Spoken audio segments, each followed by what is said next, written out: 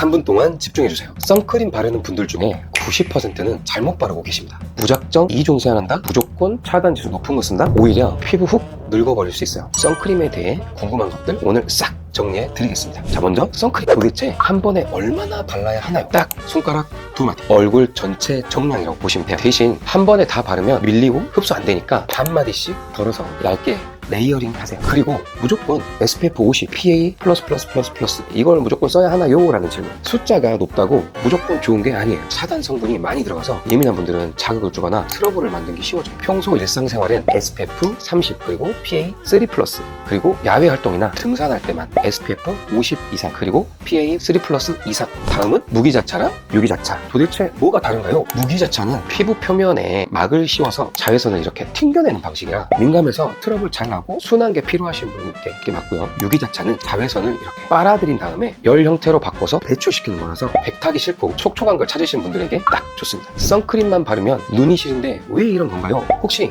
유기자차 바르고 계신가요? 이게 발림성도 좋고 백탁도 없으니까 많이들 쓰시는데 이 유기자차에는 화학적 자외선 차단 성분이 들어가 있어요. 이게 눈가 같은 얇은 부위에는 시림과 같은 자극으로 느낌을 줄 수가 있어요. 그래서 무기자차를 바르거나 눈가를 살짝 피해서 바른 뒤 이 선글라스를 착용해 보시면 좋습니다. 흐린 날이나 실내에만 있을 때도 꼭 발라야 하나요? 라는 질문. 정답은 무조건 바르셔야 합니다. 자외선은 그렇게 호락호락하지 않아요. 구름도 창문도 그대로 뚫고 들어옵니다. 비가 오나 눈이 오나 자외선은 피부를 계속 늙게 만드니까 꼭 챙겨 바르세요. 선크림 바른 날 무조건 이중세안 해야 하나요? 라는 질문. 이건 어떤 선크림을 내가 발랐냐에 따라 달라집니다. 유기자차는 세정력이 좋은 클렌징 폼으로 1차 세안만 해도 충분히 지워지는데요. 무기자차나 워터프루프 제품 있죠? 이중세안 필수예요. 근데 어떻게 하냐? 클렌징 오일로 1차 그렇게 지우고 폼으로 마무리해주세요. 피부가 좀 예민하고 민감성인 분들은 클렌징 밀크 그리고 약산성 폼 조합을 쓰시면 자극 없이 깨끗하게 지우실 수 있습니다. 다음은 무조건 덧발라야 되나요? 현실적으로 말씀드릴게요. 하루 종일 암막 커튼 치고 실내에만 계신다면 아침에 한 번만 발라도 어느 정도 버틸 수 있습니다. 근데 야외 활동은 달라요. 자외선하고 우리가 계속 만나야 되잖아요. 2-3시간마다 바르는 게 기준이지만 솔직히 좀 어렵잖아요. 귀찮기도 하고 까먹기도 하고 최소 4시간에 한 번 정도라도 덧발라주세요. 선스틱, 선쿠션, 선세럼, 선스프레이 종류 이렇게 많은데 아무거나 발라도 되나요? 결론부터 말씀드리면 메인 차단은 무조건 선크림이어야 합니다. 선쿠션이나 선스틱은 손에 안 묻고 간편하죠. 이건 외출해서 덧바르는 용도로 쓰시고요. 선세럼은 화장 전 보조용이나 실내용으로만 쓰시는 걸 추천드립니다.